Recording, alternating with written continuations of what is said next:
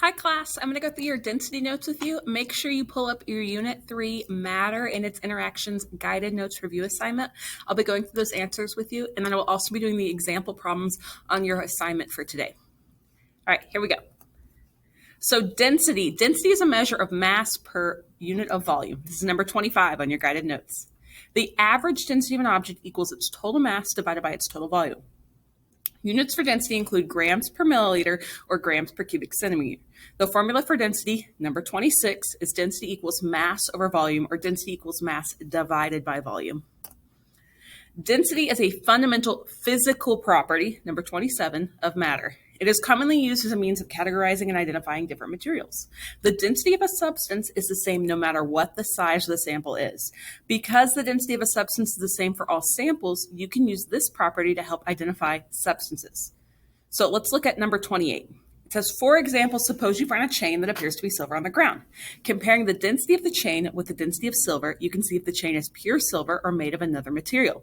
So if the density isn't exactly the same as that of pure silver, then you know it's something that's either silver with something added to it or it's not silver at all. And you're going to practice this on your assignment today by comparing densities to a density chart.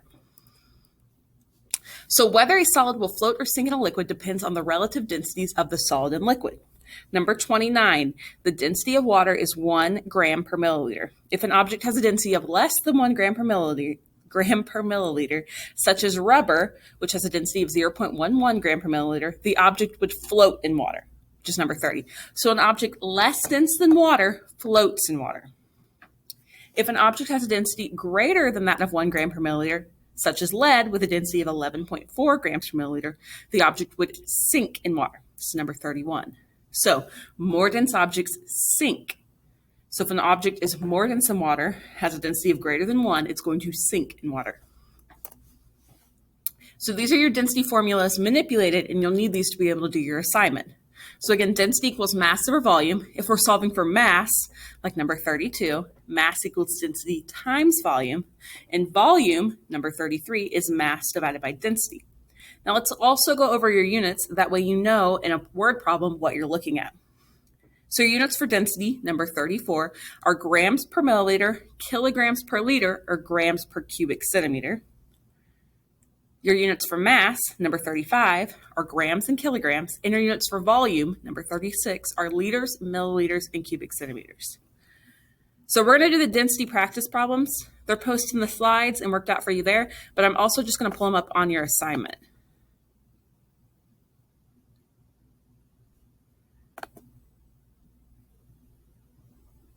So the name of your assignment is Density Practice Assignment. The examples at the top of this are the examples I'm working through right now. So I'm going to show you how I also want you to do it in your assignment. So you can follow along with me, or you can catch up in a minute. So for your first example, it says a block of aluminum occupies a volume of 15 milliliters.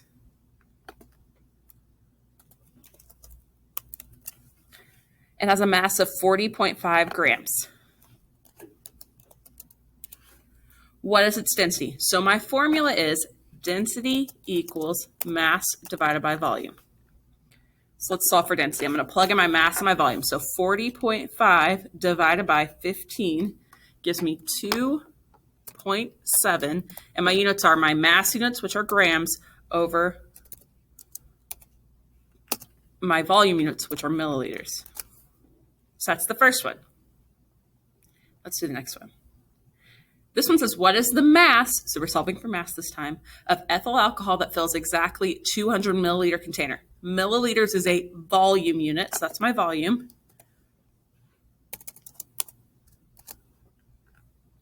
And then it tells me the density of ethyl alcohol is 0.789 grams per milliliter. So my formula to solve for mass is mass equals density times volume. So I'm going to take my volume, 200, times my density, 0.789, and that gives me 157.8. And then my mass units are going to be grams because my milliliters would cancel in this case. Also, grams is my only mass unit given to this problem. And let's do the third example. This one we're going to solve for volume. It says, what is the volume of silver metal that will have a mass of exactly 2,500 grams if the density of silver is 10.5 grams per cubic centimeter. Oh, I don't know why it's weird and tiny. Let me fix that. There we go. All right, so my formula to solve for volume is volume equals mass divided by density. So my mass, 2,500, divided by my density, 10.5, gives me, and I have this big old number with lots of decimal places. I'm going to round to 2 decimal places. So my volume is going to be 238.10, and then my units for volume are cubic centimeters. So there you go. All right, so on 1 through 8, you're doing the same thing. Just plug into the blanks. Make sure you put in what formula you're using, and then solve for the bolded one. Make sure you're including your units. And then down here, 1 through 9, or 1 through 10, that's what you're doing on, sorry.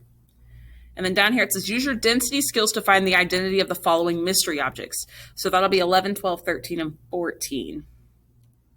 So on these, you're going to do, scrolling too much. You have a mass and a volume. You're going to solve for density, and then you're going to compare that value to your table of densities right here, and it'll tell you what it is. So if I end up with a density of 19.32, then I could say my coin is made of gold. That's not the answer to this problem. If you have questions, please message me, or you can ask me questions next time you see me in class. You're going to do great. I'll see you guys next time I see you. Bye.